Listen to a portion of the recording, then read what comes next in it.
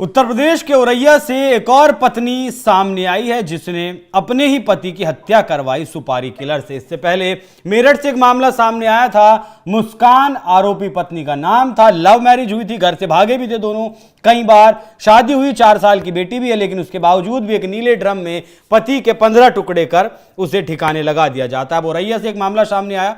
5 मार्च को शादी हुई और 19-20 मार्च को पति की हत्या करवा दी गई। 2 लाख रुपए में सुपारी दी गई थी, 1 लाख रुपए एडवांस दिए गए, मुंह दिखाई की में जो पैसे मिले थे वो दिए गए, कुछ गहने बेचे गए वो दिए गए। दरअसल मामला यह है कि 5 मार्च को शादी हुई, पत्नी ससुराल गई। ससुराल जाने के बाद जैसे हिंदुओं में अक्सर होता है कि पहली जो होली होती है वो कोई भी लड़की अपने ससुराल में नहीं मनाती, उसे मनाने के लिए वो घर आ जाती है। तो प्रगति यादव भी घर आई तो यहां फिर जो उसका पूर्व प्रेमी था उससे मुलाकात हुई। दोनों ने एक षड्यंत्र रचा, साजिश रचा, कैसे पति को रास्ते से हटाया जाए। परिवार करोड़पति था तो उसे मरवा कर उसके हिस्से की जो प्रॉपर्टी थी उस पर कब्जा करके अपने आगे का जो जीवन है वो बेहतर बनाने की इन दोनों की योजना थी। लेकिन फिलहाल पुलिस की हिरासत में। इसी विषय पर आज बात करेंगे। बात करने के लिए मेरे साथ मौजूद हैं योगेश अग्रवाल जी, दिल्ली हाई कोर्ट में प्रैक्टिस करते हैं। सर बहुत बहुत स्वागत आपका। सर पहले तो छोटी सी टिप्पणी चाहूंगा मैं आपसे। पहले मुंबई में आफ्ताब नाम था शायद उसका, 35 टुकड़े उस लड़की के कर दिए गए। फिर महाराष्ट्र से एक मामला सामने आया जहां एक पति ने अपनी पत्नी को मारा, उसके टुकड़े किए, बॉयल किया और उसकी लाश को ठिकाने लगा दिया गया। फिर मेरठ से आपका 15 टुकड़े करने का मामला सामने आया। अब ये सामने आया 9 वार चाकुओं से किए गए, एक खोपड़ी में गोली मारी गई। मतलब समाज को हुआ क्या है? देखिए अभी अब जो ये मामला है, अब तो महीने के अंदर ऐसा होने लग गया है कि रोज हम न्यूज के अंदर ये सुन रहे हैं कि इस लड़की ने अपने पति की हत्या कर दी, किसी ने प्रेमी के साथ मिलकर के कर दी है, किसी ने क्योंकि मुस्कान जो मामला आया वो बिल्कुल ही डिफरेंट तरीके का है। वहां पर वो नशा भी करते हैं, जबकि उनकी बच्ची ही बड़ी थी, वो खुद के वो लव मैरिज थी। इससे पहले जो मामला आया था वो एक मैट्रिमोनियल डिस्प्यूट का आया था, अतुल सुभाष का मामला आया था जहां पर वो खुद सुसाइड कर लेते हैं। उसका दिल्ली में भी एक सुसाइड का मामला आया। तो कहीं ना कहीं अब जो हमारे देश के अंदर, क्योंकि महिलाओं के अधिकारों को लेकर बहुत सारे कानून बने हुए हैं और अब महिलाओं को ऐसा लगता है कि हम किसी भी तरीके से फॉल्स केसेस डाल करके अपने पतियों की तरीके से परेशान कर सकते हैं। और कहीं ना कहीं इस तरह के कानून जो है अब इनको ये हिम्मत बढ़ाते हैं महिलाओं के कि वो आकर के कोर्ट के अंदर फॉल्स केसेस डालें और अपने हस्बैंड और उनकी फैमिली को परेशान करें। अब देखिए ये जो मामला है, कहीं ना कहीं ये मैं ये तो नहीं कह सकता कि महिलाओं के ये डोमेस्टिक वायलेंस से रिलेटेड कोई मामला है। अब यहाँ पर तो सोची समझी साजिश के तरीके से इसको मारा गया है। यहाँ पर इनकी नई शादी हुई है। नई शादी के इमीडिएट बाद जब ये पग फेरे पर अपने घर जाती है होली पे, तो वहां पर अपने पुराने प्रेमी के साथ मिलकर के मारने की साजिश रचती है और उसको रास्ते में बुला करके उसको बेरहमी तरीके से मार दिया जाता है। तो अब देखिए ये इस तरह की मानसिकता भी ये शो करती है कि हमारे समाज में एक पर्सन जिसको कानूनी रूप से कुछ ज्यादा एक्स्ट्रा वो दी गई है तो वो किसी भी हद तक जा सकता है। अब अगर आप यहाँ मानसिकता की बात करते हो तो अगर ऐसी लेडीज जो इस तरह की फीमेल्स हैं या जो ऐसी महिलाएं हैं जो शादी खाली इसीलिए रच रही हैं कि उनको पैसों की जरूरत है, करोड़पति आदमी से शादी करने के बाद वो किसी भी तरीके से उनको ठिकाने लगाएंगे या फिर उनसे पैसे वसूल करके डिवोर्स ले लेंगे। जैसे अभी आपने बहुत सारे वीआईपीज के केस देखे होंगे जो मीडिया पे चर्चित रहते हैं कि उन्होंने 4.5 करोड़ रुपए ले लिए, डिवोर्स हो गया, 1 साल शादी में रहे। तो कहीं ना कहीं इस तरह के केसेस हमारे देश के अंदर जो यंगस्टर्स हैं, जो ऐसी लड़कियां हैं जो आने वाले टाइम में अपनी लाइफ को लेविशली जीना चाहती हैं बिना किसी रोक टोक के, तो उनको कहीं ना कहीं हिम्मत प्रदान कर रही है इस तरह के केसेस को देख करके।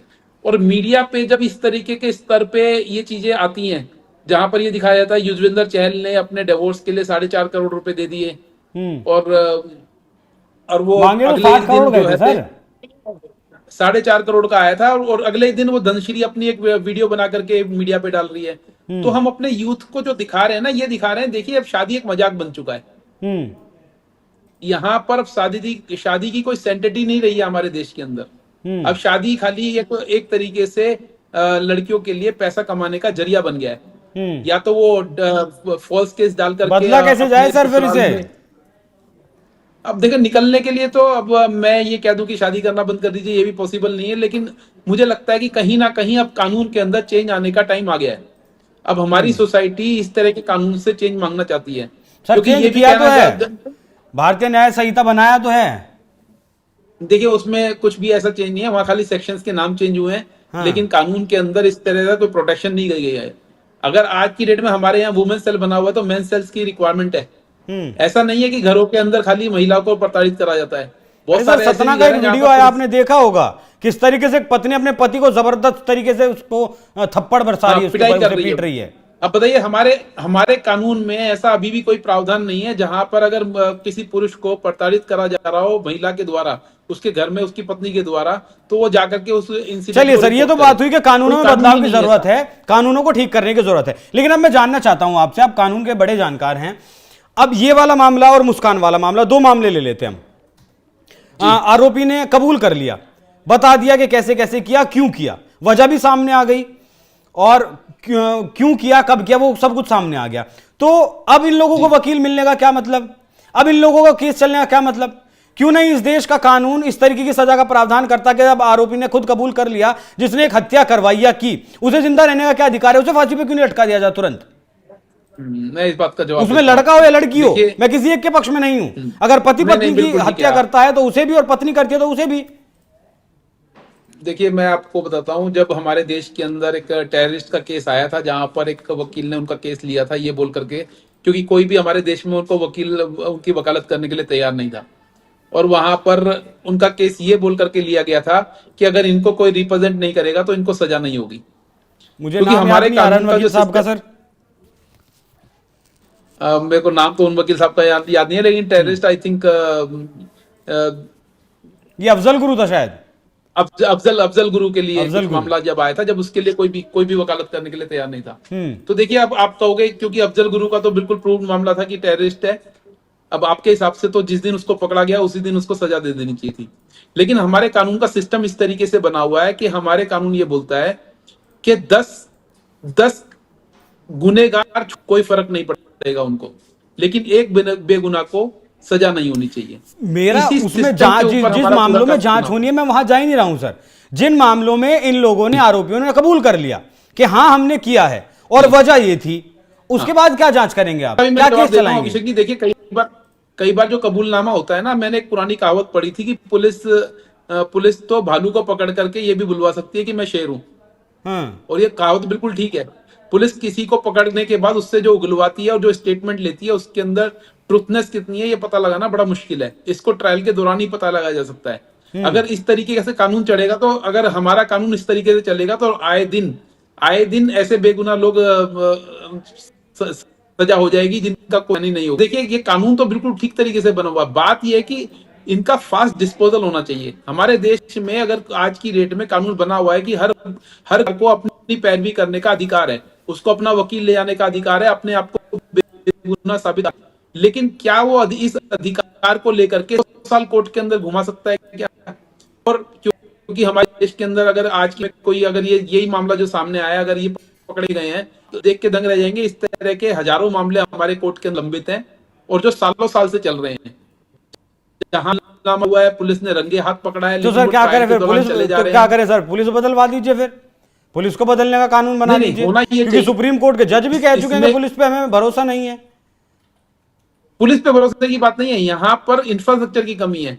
आज अगर आप कोर्ट में जाएंगे तो देखिए, एक कोर्ट के पास 150 केस पेंडिंग है, कितने लोगों को सजा सुना देंगे? तो आज की डेट में अगर हमारे देश कानून को सुचारू रूप से चलाना है तो इंफ्रास्ट्रक्चर को बड़ा करना पड़ेगा। पीछे मोदी जी ने एक बार ये बोला था कि हम इवनिंग कोर्ट्स चलाएंगे और 24 घंटे हमारे यहाँ कोर्ट्स चलेंगे, लेकिन आज तक उसके ऊपर कोई इंप्लीमेंटेशन नहीं हुआ है। आज भी अगर दिल्ली जैसे शहर की भी मैं बात करता हूँ तो यहाँ जनसंख्या है जिसके अंदर अगर जजेस की बात करेंगे तो हजारों में भी नहीं है। मतलब 2 करोड़ की संख्या में अगर हम बात करते हैं, जजेस की संख्या कुछ सैकड़ों है, मतलब वो टोटल गिनती करेंगे तो 500-600 है। तो आप देखिए कितनी बड़ी कॉलेजियम से भर्ती करेंगे तो फिर ऐसी दिक्कतें होंगी ना। एग्जाम करवाइए जिस तरीके से हर IAS PCS का करवाया जाता है। नहीं, यहाँ पर जुडिशरी में, हमारे लोअर जुडिशरी में तो एग्जाम लेके ही इनकी भर्ती होती है। लेकिन बात यह है कि आज की डेट में अगर रिक्वायरमेंट 500 जजेस की है तो वहां पर 50 जजेस काम कर रहे हैं। मतलब 10 गुना कम, उनकी संख्या अगर 10 गुना बढ़ा दी जाए तब जाकर के कहीं फास्ट डिस्पोजल होगा। जो बात आप बोल रहे हो कि आज अगर एक गुनेगार पकड़ा गया है, रंगे हाथ पकड़ा गया है, तो उसको सजा हो जानी चाहिए। सजा हो सकती है हमारे कानून में, वो लंबे टाइम तक इसलिए चलते हैं कि हमारे पास इंफ्रास्ट्रक्चर ही नहीं है। अभी पुराने केस, अरे सर, इस कानून ने, इस देश ने तो कसाब को भी सालों साल बिरयानी खिलाई है बैठाकर। करोड़ों रुपए बिल्कुल, कसाब पर भी बिल्कुल, खर्च बिल्कुल। किए हैं, अफजल करोड़ों गुरु पर रुपए भी उसके खर्च ऊपर किए खर्च हैं, किए। यासीन मलिक पर भी कर यही रहा है, कारण है कि पर हमारे किसी की देश आंख के नहीं अंदर खुलती है। इंफ्रास्ट्रक्चर की, तो सरकार को इंफ्रास्ट्रक्चर बड़ा करना चाहिए और इमीडिएटली ऐसे, क्योंकि अगर आज मैं बोल रहा हूँ कि जहाँ 500 जजेस की भर्ती होनी चाहिए वहां 50 जजेस काम कर रहे हैं, तो ये चीजें तो सामने आएंगी। ये मामला सामने आया, पुलिस ने अरेस्ट कर लिया है, अब इनको बेल भी मिल जाएगी एक टाइम पे आकर के, और ये अपनी केस चलते रहेंगे, केस लंबित रहेंगे कोर्ट के अंदर, और ये अपनी लाइफ जिएंगे। ऐसा नहीं है कि हमेशा के लिए जेल में रहेंगे, तो साल 1.5 साल के अंदर बेल भी जाएगी, और हो सकता है अपने आप को ये बेगुनाह भी साबित कर दें, ये भी साबित कर दें कि ये कत्ल इन्होंने नहीं कराया है, पत्नी ने कर दिया अपने प्रेमी के साथ मिलकर, बताएगा इनको सजा होगी या नहीं होगी, वो कातिल इनका ये कत्ल इन्होंने करा या नहीं करा। हो सकता है आने वाले टाइम में अदालत इनको बिल्कुल बरी कर दे, बाइज्जत बरी कर दे, इनके खिलाफ कोई सबूत ही नहीं मिला, ये भी चीज आ जाए निकल के। तो देखिए पुलिस अपना काम कर रही है, पुलिस हाथ पकड़ मैंने लिया, तो सुना है सर, वो जो कानून का देवता था उसकी आंखों से पट्टी हटा दी गई है।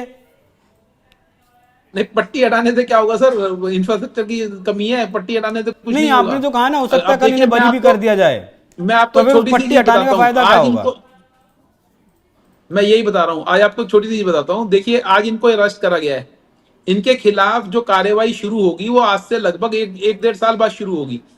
जो विटनेस होंगे वो 2 साल बाद कोर्ट में बुलाए जाएंगे, जिन्होंने वो देखा होगा। मान लीजिए जहां पर भी इनकी पति की लाश मिली है, वहां से जो एविडेंस कलेक्ट करेगा, अगर वहां पे कोई आई विटनेस है तो उसको 2 साल बाद कोर्ट में बुलाया जाएगा। और वहां पर वकील जब उससे क्वेश्चन पूछेंगे, ये बताओ उन्होंने कौन से कलर की शर्ट पहनी थी, अब तो वो उसे क्या भूल ध्यान जाएंगे होगा? कौन से कलर की शर्ट पहनी थी। तो देखिए हमारे देश के अंदर जो 2 साल बाद विटनेस को बुलाया जाएगा, उससे उटपटांग क्वेश्चन करेंगे, तो वहां पर तो वो आंसर उटपटांग ही देगा उसके। तो ऐसे इन्हीं कारणों से कहीं ना कहीं लोग अपने आप को बचा लेते हैं, इस पूरे सिस्टम से बचा करके बाहर निकल सर जाते मुझे हैं, समझ और नहीं इसका आता, मिसयूज करते हैं। सर सुनिए ना, मुझे समझ नहीं आता कि सुप्रीम कोर्ट खुद इस बात को बोलता है कि 3 महीने के बाद जो मेमोरी है वो लॉस होनी शुरू हो जाती है किसी भी केस जी में। बिल्कुल। और आप कह रहे हैं जी कि 2 साल बाद उसकी हियरिंग शुरू होगी, 2 साल बाद गवाहों को बुलाया जाएगा, तो जी ये तो एक मजाक है फिर देश के लोगों के साथ। मजाक नहीं है सर, इंफ्रास्ट्रक्चर की कमी है, देश के लोगों की इसके अंदर कोई दिक्कत नहीं है, हमारे न्यायिक सिस्टम में कोई दिक्कत नहीं है। विवादित हो प्रॉब्लम जाएगा, ये थोड़ा है सा कि माफी चाहूंगा मैं अपने शब्दों के लिए, इससे तो फिर सऊदी अरब वगैरह के जो कानून है वो ठीक है फिर इससे तो। बिल्कुल देखिए, मैं कानून के ऊपर कोई टिप्पणी नहीं करूंगा, कानून का सिस्टम है बिल्कुल ठीक बना हुआ है, बात है उसका इम्प्लीमेंटेशन प्रॉपर नहीं है, और सर इम्प्लीमेंटेशन ना होने का इम्प्लीमेंटेशन भी तो कारण वही मैंने लोग आपको, करेंगे ना जो उसका हिस्सा है, सवाल तो उठाने पड़ेंगे ना, जब तो सवाल इसमें नहीं सरकार उठाएंगे तो को जवाब कौन जरूरत देगा? है, तो सरकार को जरूरत है ज्यादा इंफ्रास्ट्रक्चर प्रोवाइड करे, क्योंकि अगर इंफ्रास्ट्रक्चर प्रॉपर नहीं होगा, आज भी आप जाकर देखिए कोर्ट का हाल बहुत बुरा है। ये तो हम दिल्ली की बात कर रहे हैं, अगर आप किसी इंटीरियर में गांव में कोर्ट में चले जाएंगे तो वहां का इंफ्रास्ट्रक्चर देख करके तो आप कहोगे ये नहीं, कोर्ट कैसी कानून है। अगर सख्त बना दिए जाएंगे तो ऑटोमेटिकली जो अपराध है वो कम हो जाएंगे। नहीं, कानून तो ऑलरेडी बहुत सख्त है अभिषेक जी, कानून की सख्ती की कोई कमी नहीं है। अगर मर्डर तभी तो सर खुलेआम धज्जियां उड़ाई जाती है उन कानूनों की। उससे बचने के तरीके हैं। हम बोलते हैं, मैं पहले से बोलता हूँ, CrPC the safe guard of the safe guard है वो पूरे तरीके से, किसी भी गुनेगार को बचाने के लिए सेफ गार्ड बनाए गए हैं। वो जो भी कानून बनाए, चाहे वो सीआरपीसी है, चाहे वो भारतीय नागरिक सुरक्षा संहिता है, ये पूरे तरीके से एक्यूज पर्सन को, आरोपी को बचाने के लिए बनाए गए हैं। ठीक, अब अगर उनका यूज करके आरोपी बचता है तो हमारे देश के अंदर ये चीजें तो आएंगी।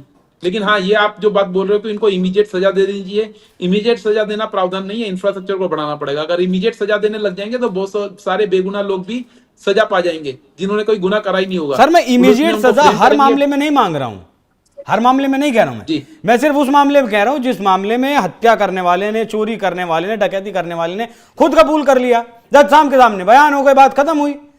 अच्छा, मैं इसमें आपको बोलता हूँ, आप किसी मामले में अगर पुलिस आपको पकड़ती है और मार पिटाई करके कहती है अपना मामला कबूल लो, और आप वहां पे मार पिटाई के दर से उसको कबूल लेते हो, तो क्या आपको सजा होनी चाहिए? वही कह रहा हूं ना, जज साहब के सामने जाकर मैंने अपने बयान बदल दिया कि जज साहब मैंने नहीं किया, और अगर मैंने जज साहब के सामने जाके मान लिया कि हाँ जज साहब मैंने किया है, फिर तो अगर कोई मान लेता है जज साहब के सामने जाके, उसको इमीडिएट सजा हो जाती है। मैं आपको बताता हूँ, जैसे ही इनकी ट्रायल शुरू होगा तो सबसे पहले इनसे पूछा जाएगा क्या आप अपने आप को गिल्टी मानते हैं। अगर ये बोल देते हैं हाँ हम गिल्टी मानते हैं, तो इनको इमीडिएट सजा मिल जाएगी। ऐसा तो कोई जनरली क्या होता है जब वो हाँ, तो आप कोई बोलेगा ही नहीं कि मैं अपने आप को। चलिए, बहुत धन्यवाद सर, आप हमारे साथ जुड़े, वक्त दिया। बाकी दर्शकों, समाज को क्या कुछ हुआ है सोचने की जरूरत है। अगर पूर्व में प्रेमी है तो शादी ना करें, किसी दूसरे परिवार के चिराग को तो बुझाने से बेहतर है, वो लड़का हो या लड़की हो, घर वालों को बताएं, घर वालों से बात करें। किसी की जान लेना, जब आप किसी को जान नहीं दे सकते तो आपको अधिकार नहीं कि आप किसी की जान लें सिर्फ प्रेम के लिए, या फिर उसके बहुत सारे रास्ते हैं, हल निकाले जा सकते हैं। बाकी इस विषय पर आप लोग क्या सोचते हैं कमेंट कर जरूर बताइएगा। नमस्कार।